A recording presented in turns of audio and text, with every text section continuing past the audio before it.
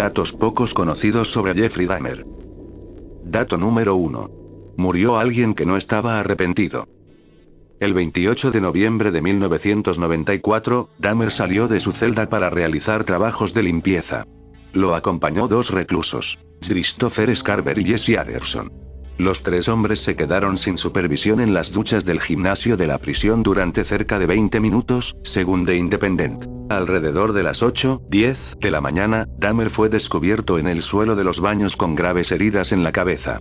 Medios locales confirmaron que Scarver mató a Dahmer golpeándolo salvajemente con una barra de metal. Scarver cumplía una sentencia de cadena perpetua por un asesinato cometido en 1990.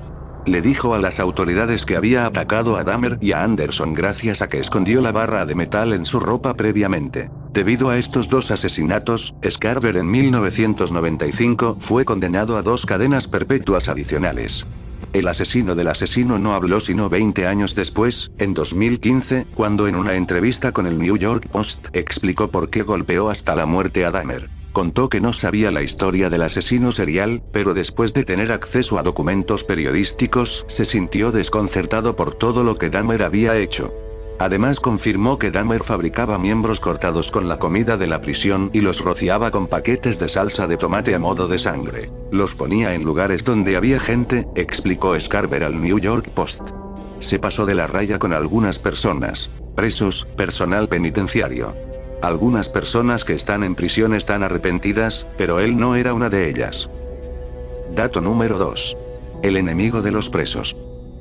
Apodado como el caníbal de Milwaukee, Dahmer fue sentenciado a 15 cadenas perpetuas tras confirmarse que asesinó a al menos 17 hombres entre 1978 y 1991, llegando a descuartizar sus cuerpos y comerse sus órganos.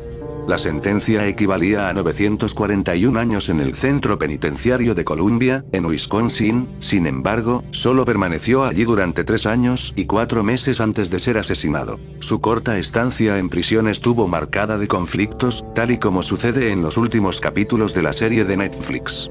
Con 34 años, Dahmer se las habría arreglado para molestar a otros presos, igual o más peligrosos que él, por lo que se mantuvo en custodia protectora, con una interacción limitada a las horas de comer, hacer trabajos o tomar clases. Inclusive bromeaba con el canibalismo en los almuerzos, formando con su comida partes del cuerpo mutilados, con salsa de tomate que simulaba a la sangre. Esto mientras se burlara de otros reclusos y guías penitenciarios. El pastor de la prisión, Roy Radcliffe, recuerda que Dahmer tenía un póster de caníbales anónimos en su pared.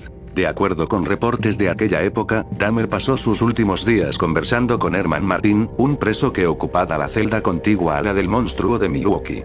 Martin publicó más tarde un libro contando la experiencia de conversar con Dahmer y este fue recibido con una diversidad de opiniones. Dato número 3. Trastornos. Con base en una crónica del juicio recogida por el medio Psychology Today, a Dahmer le atribuyeron parafilia, necrofilia, parcialismo, alcoholismo y un trastorno de la personalidad antisocial con componentes obsesivo-compulsivos y sádicos. Además de un trastorno sexual no especificado. Dato número 4. Tracy Edwards. Tracy Edwards, quien logró escapar de esa casa de los horrores, alertar a la policía y lograr detener a Dahmer.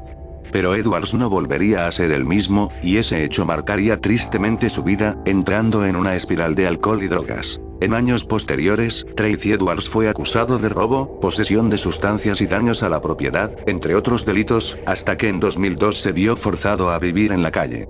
En 2011 sería detenido como cómplice de asesinato de un hombre, ya que varios testigos vieron cómo Edwards ayudó a arrojar el cadáver por un puente. Además de ser acusado de homicidio, también fue inculpado por agredir sexualmente a una menor de 14 años, pasando 1 año y medio en prisión. Desde 2015, se encuentra en paradero desconocido. Dato número 5. Sin sospechas. Callado y algo tímido, Dahmer era un hombre muy educado, que hablaba con calma y hacía gala de un raro carisma. Tenía un aspecto físico bastante atractivo, alto, rubio, ojos azules, en buena forma, aunque tenía una forma de andar extraña con los brazos pegados al cuerpo que se acentuaba por sus hombros caídos y echados hacia adelante. En el colmo de los colmos, los mismos vecinos que no sospechaban de Jeffrey pensaban que este estaba cocinando cuando hervía los restos humanos para separar la carne de los huesos. No obstante, varias mujeres se ofrecieron a Dahmer en matrimonio ante la imagen atractiva y angelical que mostró en sus comparecencias ante el tribunal. En un más difícil todavía del nadie es perfecto, no solo les daba igual que fuera homosexual, sino que también obviaban que era asesino, caníbal y necrófilo, confesó. El amor es ciego. Y ese chico tan fotogénico, que a algunos les recuerda a la expareja de una famosa bióloga española que apareció en un capítulo del Equipo A, tuvo la frialdad de presentarse en su primera comparecencia ante el juez, vistiendo la camisa de una de sus víctimas. Los vecinos afirman que nunca sospecharon nada, te saludaba al botar la basura. Dato número 6. Racista. Dahmer se solía indignar cuando le llamaban racista porque la mayoría de sus víctimas eran negras.